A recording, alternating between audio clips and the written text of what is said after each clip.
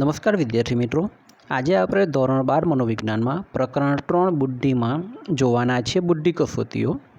આપણે અગાઉના ભાગમાં બુદ્ધિમાપન જોઈ ગયા છે, બરાબર છે। તો હવે આપણે વાત કરવાના છે બુદ્ધિ કસોટીઓ, એટલે કે બુદ્ધિમાપન આપણે કરીએ છીએ તો એના માટે જે મહત્ત્વની બાબત છે, જે જરૂરી ટૂલ્સ છે, સાધનો છે કે સામગ્રી છે, તે બુદ્ધિ કસોટી છે। એટલે કે બુદ્ધિનું માપન કરવા માટે બુદ્ધિ કસોટીઓ ખૂબ જ મહત્ત્વની છે।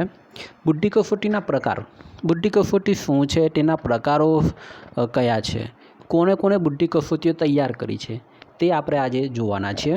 તો અહીંયા તમે સ્લાઇડ પર જોઈ શકો છો, બુદ્ધિ કસોટીઓમાં એક ઇમેજ મૂકવામાં આવી છે બુદ્ધિ કસોટીના પ્રકાર દર્શાવતી। તેમાં જોઈએ કે બુદ્ધિ કસોટીમાં વ્યક્તિગત બુદ્ધિ કસોટી છે અને ત્યારબાદ બીજી છે સામૂહિક બુદ્ધિ કસોટી। હવે વ્યક્તિગત બુદ્ધિ કસોટી અને સામૂહિક બુદ્ધિ કસોટી આપણે આ સ્લાઇડ બાદ આપણે એને થોડું વિગતે જોઈશું, પણ એ બંનેના પાછા પેટા ભાગ પડે છે કે વ્યક્તિગત બુદ્ધિ કસોટીમાં પણ શાબ્દિક બુદ્ધિ કસોટી હોઈ શકે છે અને બિનશાબ્દિક બુદ્ધિ કસોટી પણ હોઈ શકે છે। આપણે ઘણી જગ્યા ઉપર બિનશાબ્દિક બુદ્ધિ કસોટીને ક્રિયાત્મક કસોટી પણ કહેવામાં આવે છે। એ જ વસ્તુ અહીંયા સામૂહિક બુદ્ધિ કસોટીમાં પણ જોવા મળે છે। એના પણ બે પેટા ભાગ આપ્યા છે, શાબ્દિક કસોટી અને બિનશાબ્દિક કસોટી। બિનશાબ્દિક કસોટીને ક્રિયાત્મક કસોટી પણ કહેવામાં આવે છે। આ ક્રિયાત્મક કસોટી એવી કસોટી છે કે જેમાં બાળકે કે વ્યક્તિએ કોઈ ચોક્કસ ક્રિયા કરવાની હોય છે ને એ ક્રિયા દ્વારા તેને આંક પ્રાપ્ત થાય છે અને અંતિમ તેની બુદ્ધિનું માપન કરી શકાય છે। એટલે કે ક્રિયા દ્વારા વ્યક્તિનું બુદ્ધિનું માપન કરવામાં આવે, જે કસોટી દ્વારા કરવામાં આવે તેને ક્રિયાત્મક બુદ્ધિ કસોટી કહેવામાં આવે છે। જોઈએ આપણે કે બુદ્ધિનું માપન કરવા માટે જે કસોટીઓ ઉપયોગમાં લેવામાં આવે છે તેને બુદ્ધિ કસોટી કહેવાય છે। બુદ્ધિ કસોટીના પેટા પ્રકાર આપણે હમણાં જોઈ ગયા તે પ્રમાણે છે। તો જોઈએ વ્યક્તિગત બુદ્ધિ કસોટી। હવે વ્યક્તિગત બુદ્ધિ કસોટીની એક ખૂબી છે કે આ કસોટી, એનું નામ આપણે જોઈએ ને કે વ્યક્તિગત, ત્યાંથી જ આપણને ખ્યાલ આવી જાય। મનોવિજ્ઞાનના જાણકાર અને જે વિદ્યાર્થીઓ ભણે છે તેમને તો ખ્યાલ આવી જ જશે કે વ્યક્તિગત બુદ્ધિ કસોટી, આ વ્યક્તિગત બુદ્ધિ કસોટી એક સમયે માત્ર એક જ વ્યક્તિને આપી શકાય તેવી કસોટી છે, માટે તેને વ્યક્તિગત બુદ્ધિ કસોટી કહેવાય છે। નંબર 2 જોઈએ તો સામૂહિક બુદ્ધિ કસોટી। અહીંયા વ્યક્તિગત બુદ્ધિ કસોટી કરતાં તદ્દન ઉલટી બાબત છે કે એક સાથે અનેક લોકોને આપી શકાય છે આ બુદ્ધિ કસોટી, એટલા માટે 2 અથવા 2થી વધારે વ્યક્તિઓને એક સાથે આ કસોટી આપવામાં આવે છે, આપી શકાય છે, એટલે તેને સામૂહિક બુદ્ધિ કસોટી કહે છે। જ્યારે શાબ્દિક કસોટી, જેમાં બુદ્ધિ કસોટીના પ્રશ્નોના જવાબો લેખિત સ્વરૂપે આપવાના હોય છે। અહીંયા પ્રશ્ન અને તેના જવાબો લેખિત સ્વરૂપે આપવામાં આવે છે, એટલા માટે જ તેને શાબ્દિક બુદ્ધિ કસોટી કહેવામાં આવે છે। જે લોકો ભણેલા ગણેલા છે, સારું શિક્ષણ મેળવ્યું છે, તે મોટાભાગે શાબ્દિક બુદ્ધિ કસોટીનો ઉપયોગ કરવામાં આવે છે। પરંતુ વસ્તીના અમુક એવા લોકો પણ હશે જે લોકો પૂરી રીતે ભણી શક્યા નથી, જેમને વાંચન લેખનમાં ખ્યાલ હોતો નથી, વાંચન લેખન આવડતું હોતું નથી, તો એમની પણ બુદ્ધિનું માપન તો કરવું પડે છે અથવા કરી શકાય છે। તો એમના માટે બિનશાબ્દિક અથવા ક્રિયાત્મક બુદ્ધિ કસોટી તૈયાર કરવામાં આવી હતી, જે કસોટીમાં ચિત્ર કે ક્રિયા વડે બુદ્ધિનું માપન થતું હોય છે। અહીંયા કોઈ લેખિત શબ્દો કે એવી કોઈ બાબત નથી, પરંતુ અહીંયા ચિત્રો અથવા કોઈ ક્રિયા કરવાની છે અને તેના દ્વારા બાળક કે વ્યક્તિની બુદ્ધિનું માપન કરવામાં આવે છે। જો કે ઘણી વખત શબ્દોનો પ્રયોગ નહિવત હોય છે અથવા તદ્દન જ હોતો નથી આ કસોટીઓમાં। આ બુદ્ધિ કસોટીના પેટા પ્રકાર આપણે જોયા છે, જે પ્રકારે તેમના નામ છે તે જ પ્રકારે તેમની અર્થ પણ આપણને ખ્યાલ આવે છે। અહીંયા આપણે હવે વિગતે જોઈએ કે બુદ્ધિ કસોટીઓ, કોણે કોણે બુદ્ધિ કસોટીઓ આપી છે। તો પ્રથમ સ્ટેનફોર્ડ બીને બુદ્ધિ કસોટી। જો કે આપણે સ્ટેનફોર્ડ બીને બુદ્ધિ કસોટી જોઈએ ત્યારે પહેલાં થોડીક વાત કરી લઈએ કે ઈસવીસન 1905માં ફ્રાન્સમાં બીને અને સાયમન દ્વારા સૌ પ્રથમ બુદ્ધિ કસોટી તૈયાર કરવામાં આવી હતી। 1905માં ફ્રાન્સમાં બીને અને સાયમને બુદ્ધિ કસોટી તૈયાર કરી હતી। ત્યારબાદ 1908 અને 1911માં પણ તે લોકોએ બુદ્ધિ કસોટીનું નવું રૂપાંતર આપ્યું છે। ત્યારબાદ અહીંયા આપણે સીધું જોઈએ છે સ્ટેનફોર્ડ બીને બુદ્ધિ કસોટી. હવે આપણે બીને અને ફાઇમનની વાત કરીએ તો અહીંયા સ્ટેનફોર્ડ કોણ છે તો એ આપણે જોઈ લઈએ. બહુ રસપ્રદ બાબત છે આ. સ્ટેનફોર્ડ બીને બુદ્ધિ કસોટી. સ્ટેનફોર્ડ બીને બુદ્ધિ કસોટીનો ઉપયોગ મુખ્યત્વે બાળકોની બુદ્ધિનું માપન કરવા માટે વપરાય છે. બાળકોની બુદ્ધિના માપન માટે વાપરવામાં આવે છે. બીને અને ફાઇમને જે ફ્રેન્ચ ભાષામાં 1905માં જે બુદ્ધિ કસોટી બનાવી હતી તેનો આધાર લઈને અમેરિકાની સ્ટેનફોર્ડ યુનિવર્સિટીના પ્રાધ્યાપક એલ.એમ. ટર્મેને અને તેમના સહાયક મેરિલે આ કસોટી તૈયાર કરી 1916માં. જે અંગ્રેજી ભાષામાં હતી. બીને અને ફાઇમને જે બુદ્ધિ કસોટી બનાવી તે ફ્રેન્ચ ભાષામાં હતી અને એને જ આધાર લઈને સ્ટેનફોર્ડ અને તેની સહાયક મેરિલે જે બુદ્ધિ કસોટી બનાવી તે 1916માં બની અને તે અંગ્રેજી ભાષામાં હતી. એટલે કે અંગ્રેજી ભાષામાં પ્રથમ પ્રમાણિત બુદ્ધિ કસોટી હતી આ. હવે જે રસપ્રદ બાબત છે તે એ છે કે અહીંયા સ્ટેનફોર્ડ બનાવી અને તેમની સહાયક મેરિલ છે, પણ અહીંયા કસોટીને સ્ટેનફોર્ડ બીને શા માટે કહેવામાં આવે છે, બરાબર છે. તો એ જોઈએ આપણે કે સ્ટેનફોર્ડ ટર્મેન એટલે કે એલ.એમ. ટર્મેન એ કઈ યુનિવર્સિટીમાં પ્રાધ્યાપક હતા તે કે સ્ટેનફોર્ડ યુનિવર્સિટી અમેરિકાની. એટલે તેમણે સ્ટેનફોર્ડ યુનિવર્સિટીમાં પ્રાધ્યાપકનું કાર્ય કરતા હતા. તે સમય દરમિયાન કસોટી બનાવી એટલે એમણે સ્ટેનફોર્ડ એનું નામ આપ્યું એક નામ અને તેની સાથે બીનેની બુદ્ધિ કસોટીને આધારે તૈયાર કરી હતી એટલે બીને પણ એની સાથે જોડી દીધું એટલે કે આખી કસોટી સ્ટેનફોર્ડ બીને તૈયાર થઈ ગઈ. આ રીતે તેમણે નામ આપ્યું હતું. એમણે 1916માં કસોટી આપી હતી. ત્યારબાદ 1916ની કસોટીમાં થોડા ઘણા ફેરફાર કરીને એમનું નવું રૂપ થોડા સમયને અંતરે આવતું રહ્યું હતું. તેમનું નામ સ્ટેનફોર્ડ બીને બુદ્ધિ કસોટી એટલે કે SBIS નામ આપવામાં આવ્યું હતું. પ્રથમ આવૃત્તિ 1916માં આવી હતી. ત્યારબાદ 1937માં બીજી આવૃત્તિ ટર્મેન અને મેરિલ દ્વારા આપવામાં આવી હતી અને ત્રીજી આવૃત્તિ 1960માં છે જે ટર્મેનના અવસાન બાદ 1960 અને 1973ની જે બુદ્ધિ કસોટી છે તે મેરિલે તૈયાર કરી હતી અને તેમણે બહાર પાડી હતી. જો કે કહેવાય સ્ટેનફોર્ડ બીનેની જ આવૃત્તિઓ કહેવાય છે. અને 1986માં એટલે કે 1973માં જે મેરિલે બુદ્ધિ કસોટી બહાર પાડી હતી તેમાં થોડા ઘણા સુધારા વધારા કરીને રોબર્ટ થોર્નડાઇક, એલિઝાબેથ હેગન અને જેરોમ સેટલરે 1986માં તેનું નવું રૂપાંતર બહાર પાડ્યું અને હાલ 2003માં રોઇડ દ્વારા આપવામાં આવેલી સ્ટેનફોર્ડ બીનેનું નવું રૂપાંતર ચાલે છે. એટલે કે 1916માં પ્રથમ બુદ્ધિ કસોટી ટર્મેન અને મેરિલે તૈયાર કરી હતી. ત્યારબાદ તેમના થોડા ઘણા સમયના કાર્ય પછી 1960માં અને 1973માં ટર્મેનના અવસાન બાદ 1960 અને 73માં મેરિલે કસોટી બહાર પાડી. 1973માં જે મેરિલે કસોટી બહાર પાડી હતી બુદ્ધિ કસોટી સ્ટેનફોર્ડ બીનેનું નવું ફોર્મ તે મેરિલના અવસાન બાદ 1973માં થોડા ઘણા સુધારા વધારા કરવામાં આવ્યા અને 1986માં રોબર્ટ થોર્નડાઇક, એલિઝાબેથ હેગન અને જેરોમ સેટલરે એનું નવું રૂપાંતર બહાર પાડ્યું 1986માં. અને એ જે 86નું જે રૂપાંતર હતું 1986નું તેમાં થોડા ઘણા ફેરફાર કરવામાં આવ્યા અને પ્રમાણિત કરી અને 2003માં રોઇડે આ બુદ્ધિ કસોટી બહાર પાડી હતી. પહેલાંની આવૃત્તિમાં બુદ્ધિનો માત્ર એક જ સામાન્ય અંક ગણવામાં આવતો. શરૂઆતમાં જે બુદ્ધિ કસોટી હતી તેમાં માત્ર એક જ અંક ગણવામાં આવતો હતો જે સામાન્ય અંક હતો.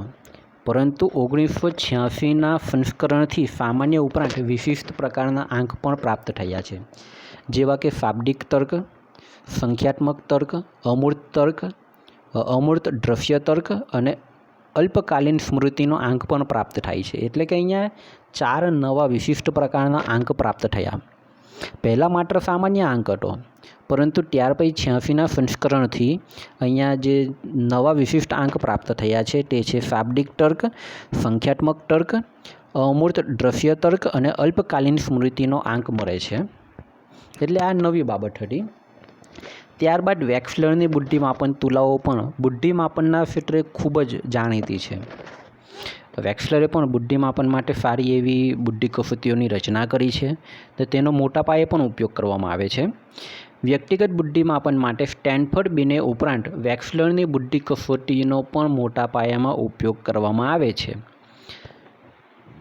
બાળકથી માંડીને આપણે પુખ્ત વયના વ્યક્તિ સુધી એમની બુદ્ધિનું માપન માટે આ કસોટીનો ઉપયોગ કરાય છે. વેક્સલરે જુદી જુદી વય જૂથના બાળકો અને વ્યક્તિઓ માટે અલગ અલગ કસોટી બનાવી છે. આ તેમની વિશેષતા છે કે અલગ એમણે ઉંમર વાઇઝ કસોટીઓ બનાવી હતી. ઉંમરને અમુક ગ્રુપમાં વહેંચી છે અને તેને આધીન એ કસોટીઓ તૈયાર કરી હતી. અહીંયા મુખ્યત્વે 3 કસોટી આપવામાં આવી છે. WAIF, બીજી છે WIFC અને ત્રીજી છે WPPSI. એટલે કે આ 3 કસોટી હતી. હવે આપણે વાત કરીએ તો WAIF જે બુદ્ધિ કસોટી હતી, વેક્સલર એડલ્ટ ઇન્ટેલિજન્સ સ્કેલ, જે 4 થી 64 વર્ષની વય જૂથના બાળકો માટે, વ્યક્તિઓ માટે, એટલે કે 4 વર્ષથી લઈને 64 વર્ષ સુધીની કોઈ પણ વ્યક્તિનું બુદ્ધિનું માપન કરી શકાતું હતું તેના દ્વારા. બીજી હતી WISC એટલે કે વેક્સલર ઇન્ટેલિજન્સ સ્કેલ ફોર ચિલ્ડ્રન્સ, એટલે કે બાળકો માટે આ કસોટી જાણીતી હતી, બાળકોની બુદ્ધિનું માપન કરવા માટે. આપણે વય જૂથ લઈએ તો 6 થી 16 વર્ષની વય જૂથના બાળકોનું બુદ્ધિનું માપન કરાતું હતું તેના દ્વારા.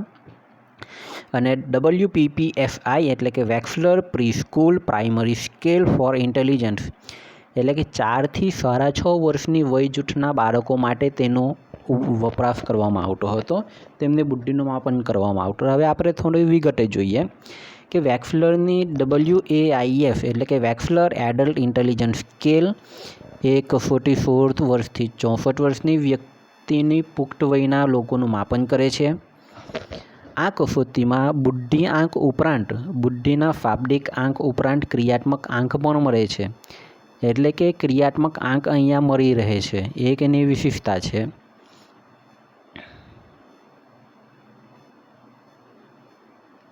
આ વેક્સલરની પુખ્તો માટેની બુદ્ધિ કસોટીમાં માહિતી, સમજ, ગણિત, આંકડાઓનું પુનરાવર્તન, સામ્ય શોધવું, શબ્દભંડોળ જેવા વિભાગોના સંદર્ભમાં બુદ્ધિનું માપન કરવામાં આવે છે. એટલે બુદ્ધિનું જે માપન કરવામાં આવતું હતું તે અહીંયા મહત્ત્વના કેટલાક ભાગ પાડવામાં આવ્યા છે.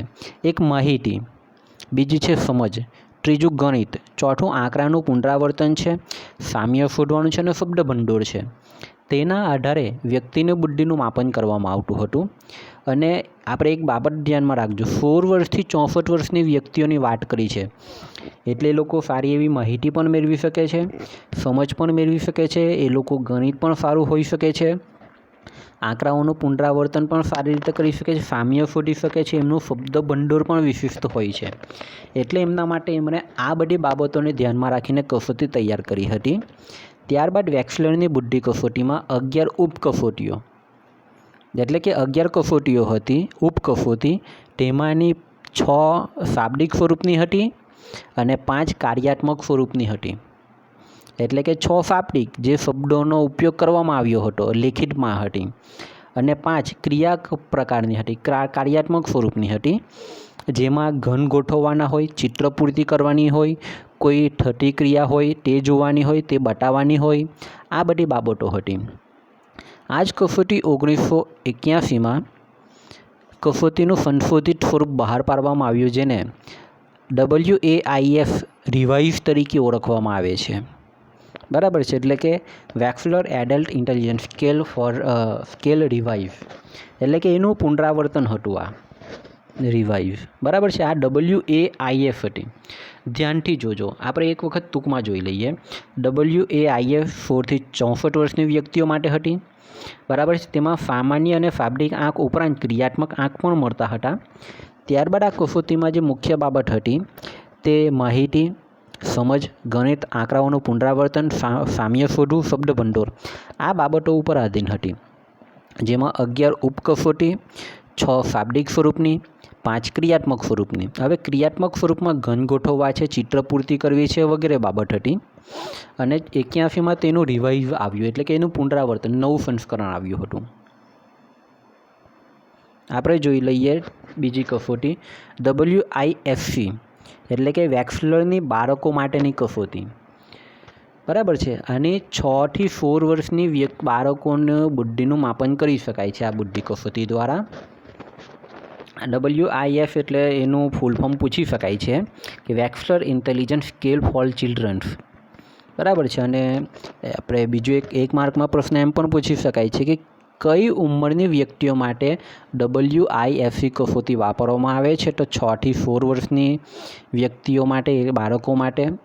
બરાબર. એમ પણ પૂછી શકાય છે કે 6 થી 16 વર્ષની વ્યક્તિઓ કે બાળકોની બુદ્ધિના માપન માટે વેક્સલરની કઈ કસોટી વાપરવામાં આવે છે? તો આપણે જવાબ લખવાનો રહેશે WIFC.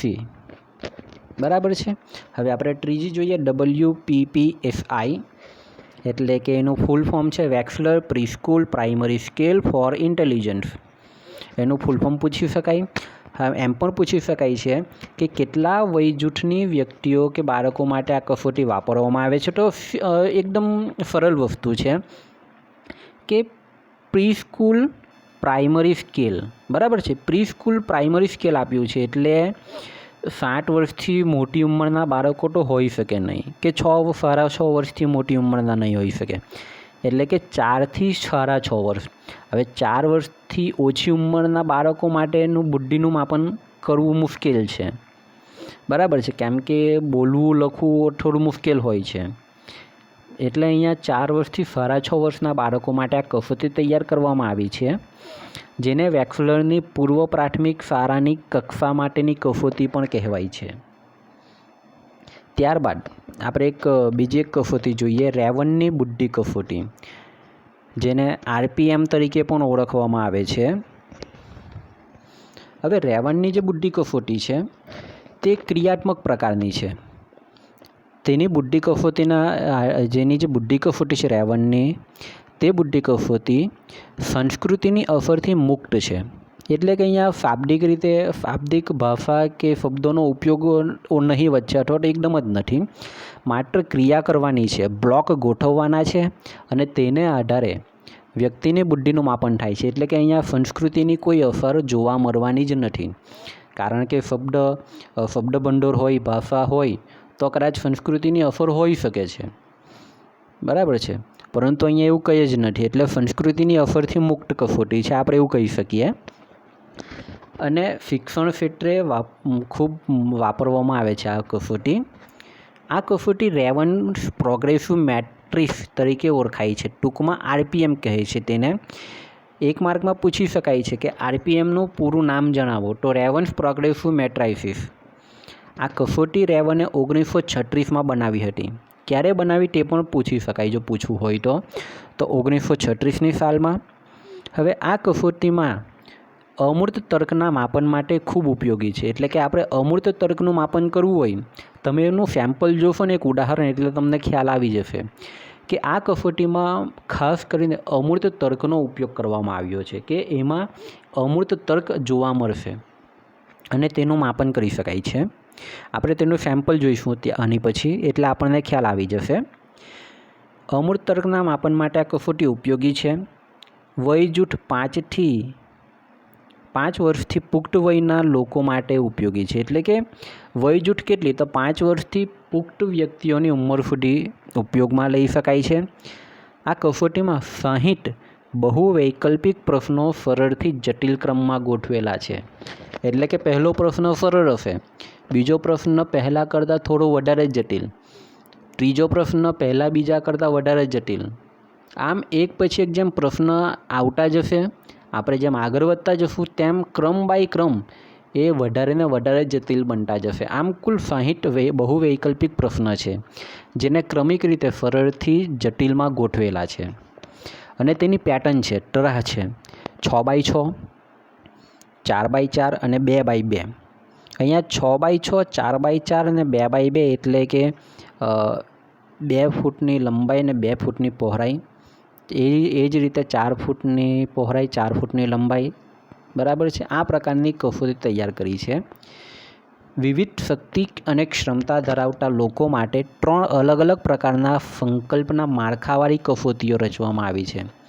એટલે કે અલગ અલગ શક્તિ, અલગ અલગ ક્ષમતા ધરાવે છે તેમના માટે 3 અલગ અલગ સંકલ્પનાવાળી કસોટી તેમણે બનાવી છે, બરાબર છે. 3 અલગ અલગ કસોટી બનાવી છે. હવે આપણે જોઈ લઈએ કે શા માટે અમૂર્ત બાબત અહીંયા માપી શકાય છે ખાસ કરીને. તો અહીંયા તમે જોઈ શકો છો કે આ એક ભાગ આપ્યો છે, બરાબર છે. આ ચોરસમાં જ્યાં ખાલી બ્લોક દેખાય છે ત્યાં નીચે આપેલા 6 એટલે કે ABCDEF માંથી કયો ભાગ વધારે બંધ બેસતો છે તે આપણે જોવાનું હોય છે, તે આપણે એમાં ગોઠવવાનું હોય છે. તો આપણે સ્વાભાવિક રીતે જોઈએ કે આને જોવા માટે આપણે અમૂર્ત તર્કનો ઉપયોગ કરવો જ પડે છે, બરાબર છે. તો જ આપણને એનો ખ્યાલ હોઈ શકે છે. તો અહીંયા આપણે સ્વાભાવિક રીતે જોઈએ તો આપણને ખ્યાલ આવશે કે જવાબ એ તો આવતો નથી, કારણ કે એની ડિઝાઇન અલગ છે, બી ટોટલી બ્લેન્ક છે, એટલે કદાચ બી ઘણાને બી હોઈ શકે, આ પણ બ્લેન્ક છે ને આ પણ બ્લેન્ક છે એટલે બની શકે, પણ બી આવશે નહીં. સી તદ્દન અલગ છે, સીની પેટર્ન, ઈની પેટર્ન પણ તદ્દન અલગ છે. હવે ડી અને એફમાં આપણે જોઈએ તો એકબીજાને સેમ મળતી આવતી પેટર્ન લાગે છે, પરંતુ આપણે એકદમ ધ્યાનપૂર્વક જોઈએ તો આપણને ખ્યાલ આવશે કે જવાબ એફ પણ નથી આવવાનો, ડી આવે છે, માત્ર ડી, બરાબર છે. કારણ કે તેની પેટર્ન અહીંયા હુબેહુ મળતી આવે છે એટલા માટે. હવે આપણે બીજી એક કસોટી, કોફમેનની બુદ્ધિ કસોટી. હાલમાં આ બુદ્ધિ કસોટી પણ મોટા પાયા પર ઉપયોગમાં લેવામાં આવે છે. આપણે જે 3 કસોટી જોઈ, એક સ્ટેનફોર્ડ બીને, ત્યાર પહેલાં આપણે બીને ફાઇમનની બુદ્ધિ કસોટીની થોડી વાત કરી હતી, ત્યારબાદ આપણે શરૂઆત કરી સ્ટેનફોર્ડ બીનેથી, ત્યાર પછી આપણે જે જોઈ છે કસોટી વેક્સલરની કસોટી છે, ત્યારબાદ રેવનની પ્રોગ્રેસિવ મેટ્રાઇસિસ, અને હવે આવે છે કોફમેનની બુદ્ધિ કસોટી. મિત્રો, હાલમાં કોફમેનની બુદ્ધિ કસોટીનો પણ મોટા પાયા પર ઉપયોગ કરવામાં આવે છે. અમેરિકન મનોવૈજ્ઞાનિક એલન એમ કોફમેનનું નામ બુદ્ધિમાપન ક્ષેત્રે વિશ્વ સ્તરે જાણીતું છે. આખા વિશ્વમાં તેમની બુદ્ધિ કસોટીઓ જાણીતી છે. તેમણે KABC એટલે કોફમેન એસેસમેન્ટ બેટરી ફોર ચિલ્ડ્રન્સ, તેમણે આ કસોટી તૈયાર કરી છે. આ સિવાય બીજી અન્ય પણ બુદ્ધિ કસોટીઓ તૈયાર કરી છે જે શૈક્ષણિક માપનના ક્ષેત્રે ખૂબ જ જાણીતી છે, એટલે કે શૈક્ષણિક માપન માટે જાણીતી કસોટી છે, જેમાં KBIT અથવા KBIT એટલે કે કોફમેન બ્રીફ ઇન્ટેલિજન્સ ટેસ્ટ એટલે, અને તેની બીજી આવૃત્તિ પણ ઉપયોગી છે, એટલે કે KBITની એક રિવાઇઝ કરવામાં આવી હતી, એ બીજી આવૃત્તિ પણ હતી તેની. આ બંને શિક્ષણના ક્ષેત્રમાં ખૂબ જ ઉપયોગી છે. પછી KAIT એટલે કે કોફમેન એડોલસન્ટ એન્ડ એડલ્ટ ઇન્ટેલિજન્સ ટેસ્ટ એટલે કે પુખ્ત વયના લોકોના બુદ્ધિમાપન માટે ઉપયોગી છે આ કસોટી, એટલે કે પુખ્ત વયના લોકો માટેનું બુદ્ધિમાપન કરી શકાય છે તેના દ્વારા. 2004 અને 2005માં તેની બુદ્ધિ કસોટીનું પુનઃસંસ્કરણ પ્રકાશિત થયેલ છે, એટલે કે KAITનું 2004-05માં નવું પ્રકાશન આવ્યું હતું. અને કોફમેને બુદ્ધિમાપન ઉપરાંત સિદ્ધિમાપન માટે પણ કસોટી તૈયાર કરી છે, એટલે કે કોફમેને બુદ્ધિમાપનની કસોટી બનાવી, પરંતુ તેની સાથે સાથે કોફમેને સિદ્ધિમાપન માટે પણ કસોટી તૈયાર કરી છે. જો કે KBIT, KABC અને KAIT ઉપરાંત પણ એની બીજી કસોટીઓ છે, બરાબર છે. હવે આપણે અહીંયા બુદ્ધિમાપન ત્યારબાદ બુદ્ધિ કસોટીઓ જોઈ છે. જો તમને શરૂઆતથી લઈને કોઈ પણ બાબતમાં સમજ ન પડી હોય, બરાબર છે, તો તમે સ્વાભાવિક રીતે પ્રશ્ન પૂછી શકો, તમને યોગ્ય ઉત્તર આપવામાં આવશે. અને એક બાબત ધ્યાન રાખજો કે તમને જે બુદ્ધિ કસોટીઓ છે તે 1 માર્કમાં 2 માર્કમાં પણ આમાંથી આંતરિક રીતે પ્રશ્ન પૂછી શકાય છે, વિકલ્પમાં પણ પ્રશ્ન પૂછી શકાય છે, એટલે એ બાબત પણ તમારે ધ્યાનમાં રાખવી પડશે. અને ધ્યાનપૂર્વક જોજો, નહીં સમજ પડે તો તમે પ્રશ્ન પૂછી શકો છો.